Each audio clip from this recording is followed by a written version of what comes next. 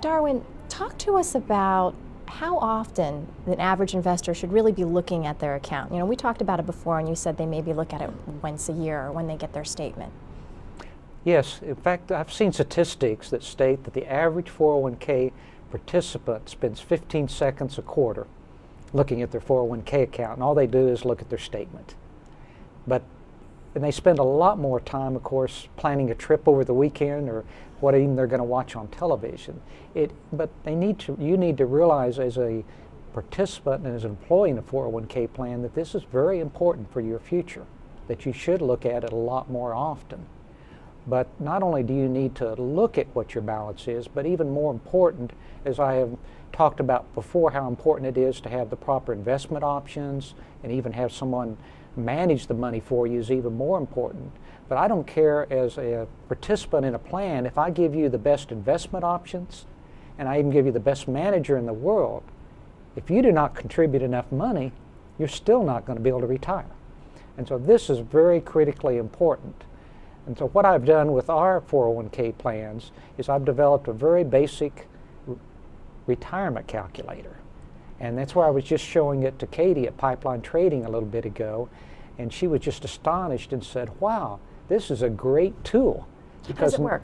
Well, how it works is we pre-feed all the information in about salary, how much you're contributing, what your investment portfolio is returning, and put in a retirement age of 65, which you can change if you want to.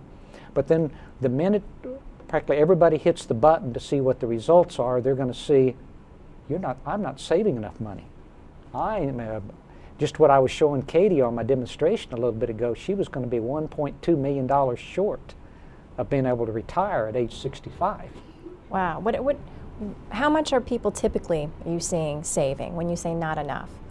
Typically, most people are not even saving enough to reach the maximum matching that their employer is giving them.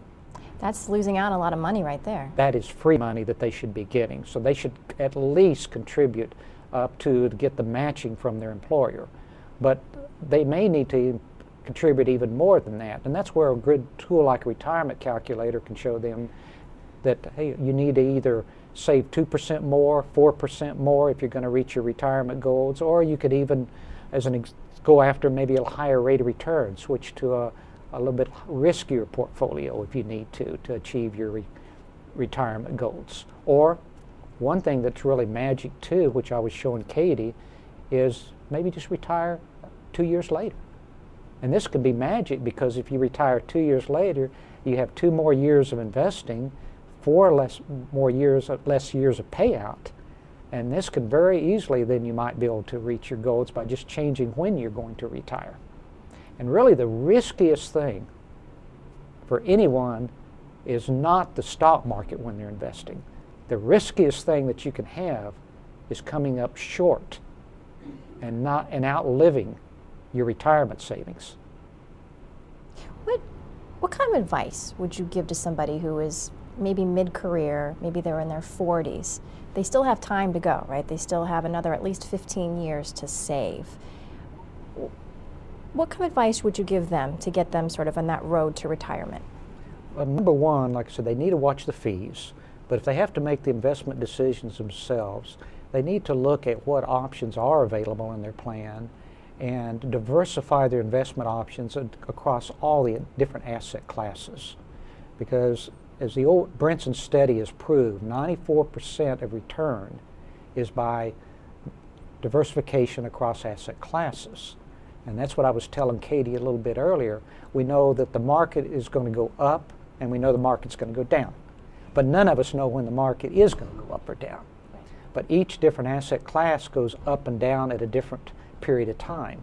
So if we cover small cap, medium cap, large cap, international, bonds, a little cash, so that we're invested across all of the asset classes, we're going to have a higher return with less risk.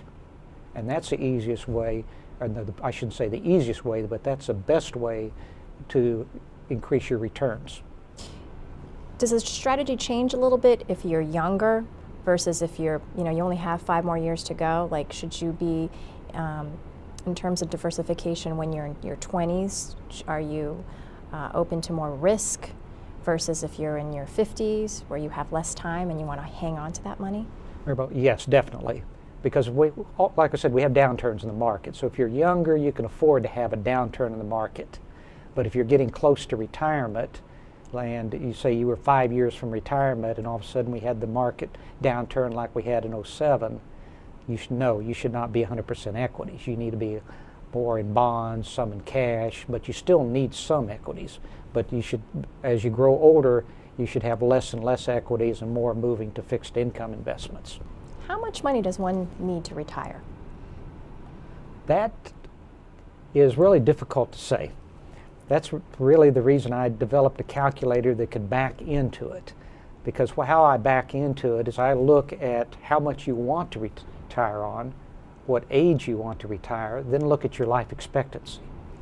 Okay. So then I say, I'm going to have to pay out this amount of money over this many years. So how much of a portfolio am I going to need at age 65 to pay out that money? And then when you determine how much of a portfolio you need, then you've got to back into what rate of return am I earning and how much am I contributing. So it's not something that's very easy to figure out. That's where you need some software to help you do that, to do it properly. Well, you can see why we were interested in bringing you on and talking about this, because our audience are informed individuals who are wondering how they're going to have enough money to retire, and they're looking not only for investment ideas, but we thought it made sense to have them understand the mechanics of the major retirement vehicle that exists in the United States now, which is a 401k plan. Thank you so much for joining us. You're sure welcome. Pleasure being here today. Darwin, I've gotten so interested in what you're doing, I'm going to ask you to talk a little bit about your company, Invest and Retire LLC. I want our audience to know that I've gotten so excited about this that I've actually made a small investment in your company, and I want that disclosed interest out there on the table. But tell us a little bit about your company, why you started it, what was the opportunity you saw, and what does it do for your customers? Well, when I started the company, before I managed trustee-directed retirement plans before 401k plans became very popular. And as we all know, the old defined benefit plans and trustee-directed plans were very, very successful with the returns because the employers hired investment professionals to manage the investments. But when 401k plans came into existence, they were actually have been very, very good for the insurance companies and the mutual fund companies to gather assets, but they have not been good for the individual employees of plans, because the individual employees themselves are never going to be investment experts. But we force them to be investment experts. And so that's... We as a country force them to be investment, not we as Invest and Retire. No, not as Invest and Retire, but as a country with the... Because companies have found that by moving to 401k plans, they could greatly reduce their cost that they had on running the previously directed trustee-directed plans, and pass not only the decision making but also the cost off to the employees. So this is a break between the defined contribution, which is a 401k model where I determine how much I'm going to put in, and the defined benefit where I got a percentage of my final 3 years of salary or something like that. That is correct, Al. And so what I decided is, I said, this is a disaster. And I wanted to help these participants in the plan. I decided the first way that we could help the participants have an adequate retirement income is to hire a professional manager, just like we had in the old defined benefit days. And that's what we do through Invest and Retire. The companies that contract with us also contract with a professional manager that manages the portfolios for the employees now, instead of the employees having to pick their own funds. But they also are using low-cost ETFs to cut the cost down. But so this is an important difference. I mean, you're saying, hey, if you look at the 25, 30-year history we have of 401k plans, the average worker has not actually done very well picking their own investments.